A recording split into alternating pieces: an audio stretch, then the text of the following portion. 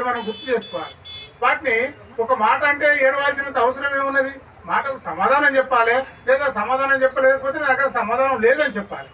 అంతేకాని ఆ మాటకు ఏడవాల్సినంత అవసరం లేదు అనేలాగా చెప్పింది. ఇట్లా చెప్పుకుంటూ పోతే చాలా ఉంటాయి.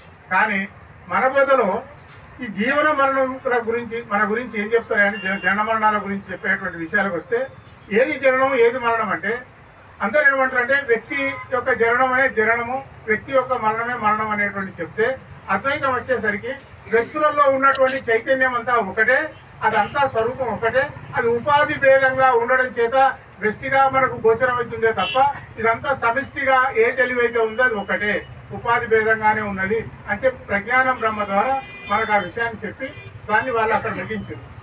ఎందుకంటే అద్వైతంలో దాంట్లో ఏదైనా ఒక పని చేస్తే రిజల్ట్ ఉంటుంది, కానీ రిజల్ట్ లేని బోధ ఏదైతుందో అది అద్వైతం.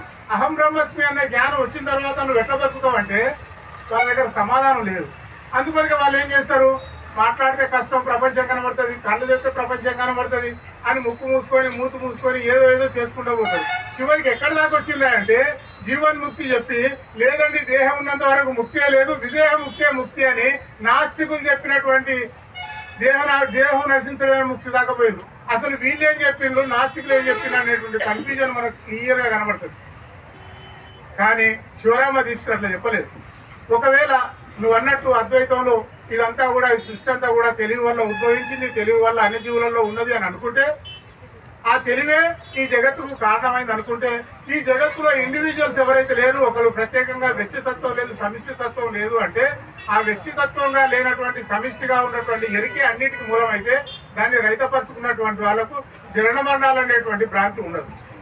ఎందుకంటే జన్మించేది ఏది, మరణించేది ఏది అన్నప్పుడు ఇతరులందరూ దేహం మీద జనన మరణాలు చెప్పిందని సుబ్బరాయ స్వామి మొట్టమొదటి కందార్థంలో మొట్టమొదటిసారి కుండబద్దలు కొట్టినట్టుగా చెప్పింది. కానీ అచరుడు ఎరుక మీద జనన మరణాలు చెప్పారు. కాబట్టి అచరుడు చెప్పేటువంటి మార్గం ఏదైతే ఉందో ఇది ఎప్పుడైతే గురువు ద్వారా ఇది అశాశ్వతం అని తెలుసుకుంటారో అట్లాంటి తెలుసుకున్నటువంటి వ్యక్తులకు జననం మీద కానీ మరణం మీద కానీ భ్రాంతి ఉండదు. ఆ జనన మరణాలుగా జరుగుతాయని కానీ జరగవని కానీ అటువంటి సంశయాలు ఉండవు. ఇది ఇంతకుముందు ఎన్నో జన్మాలు ఎత్తినామని కానీ ఇంకా ఎత్తబోతున్నాం అనేది కూడా ఉండదు. ఎందుకు అంటే ఆ రహస్యం తెలిసిన తర్వాత. కొంతమందికి ఈ మాట చెప్పగానే అట్లా అంటే జన్మలు లేవా, మరణాలు లేవా, లేకపోతే 84 లక్షల జీవజంతువులు ఎత్తలేదంటే ఎవరికి జననం తర్వాత ఉన్నటువంటి జ్ఞానం లేదు, గుర్తు లేదు, అదే జన్మలు ఎత్తినామని చెప్పడానికి కారణం లేదు. కానీ ఈ మానవ జన్మకు రావడానికి నా ఒక ఆకారం అంటే ఏదైతే రూపం ఉన్నదో ఈ రూపం రావడానికి అనేకమైనటువంటి పూర్వజన్మలో నా తల్లిదండ్రుల యొక్క జెనెటిక్ మెటీరియల్ అంతా నా దగ్గర పోగై ఉన్నది. ఇది వాసనామయం అంటారు. ఈ వాసనామయమైనటువంటి దేహంలో ఇదంతా కూడా పోగై ఉండడం చేత నాదనేటువంటి భ్రాంతి తెలివికి మమేకం కావడం చేత కల్పించబడదే తప్ప నిజానికి జననాలు కానీ మరణాలు కానీ చూసిన వాళ్ళు కానీ వాటిని చూసి చెప్పేవాళ్ళు కానీ లేరు. మరణిస్తూ ఉంటే పుడతా ఉంటే భ్రాంతి చెంది ఇవన్నీ జరుగుతున్నాయో ఏమో అనేటువంటి ఒక భ్రమలో మనిషి జీవిస్తూ ఉన్నాడు. కాబట్టి వాటి నుంచి బయటపడాలంటే కేవలం వింటే దీన్ని బయటపడడం. దీన్ని గురువు ద్వారా అధ్యయనం చేసి మనలో ఆ లక్షణాలు ఎట్లా ఉన్నాయో వాటి యొక్క సంయోగం అంటే దేహము తెలివి యొక్క సంయోగం ఎట్లా ఉందో వాటిని చూసి ఒక జీవించి తరించినటువంటి మహాత్మురాలు అంటాడు. ఎవరు లేరు అని చెప్పి అంటాడు. దిక్కు లేని జగమన్నా దిక్కుంటే పోవటం సున్నా అంటాడు. కాబట్టి ఇటువంటి ఒక స్థితిలో చూసినప్పుడు దాదర్శ మరణం అన్నప్పుడు ఎప్పుడైతే మనం పుడతామో పుట్టినామని చెప్పంటే ఎంతైనా మనం మరణిస్తాము, మనం చచ్చిపోతాము అని చెప్పని ధృవీకరణ చేసి ఒక డాక్యుమెంట్ దగ్గర పెట్టుకున్నట్లు మన పరిస్థితి అందరిది ఈ లోకం, ఈ ప్రపంచం అంతా, ఈ విశ్వం అంతా అందరిది కూడా దానికైనా దాదర్శ మరణం ధ్రువం అంటాడు. విన్నావా? అదేలాగ మృత్యు అనేటువంటిది ఎవరికైనా ఎటువంటి వారికైనా ప్రతిరోజు ప్రతి గడియకు మృత్యు ఉంది. ఇప్పుడు నేను మాట్లాడుతున్నా ఈ మైకి కింద పెట్టే దాకా కూడా నేను నమ్మకం లేదు.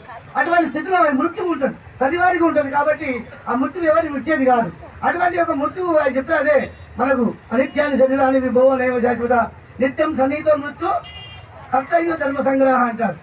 కాబట్టి ఇటువంటి యొక్క ఆయన నీ మృత్యు నీ వెనుకనే ఉంది, గడియ గడియ నిన్ను చూస్తుంది, నిన్ను ఏ నిమిషంలో ముంచేస్తుందో, ఏ నిమిషంలో నిన్ను కాటేస్తుందో, ఏ నిమిషంలో నిన్ను తీసుకుపోతుందో అని చెప్పారు. కానీ అమ్మ మృత్యుని జయించినటువంటి యొక్క తల్లి 4 సంవత్సరాలు అయిపోయింది. ఆ మంత్రంలో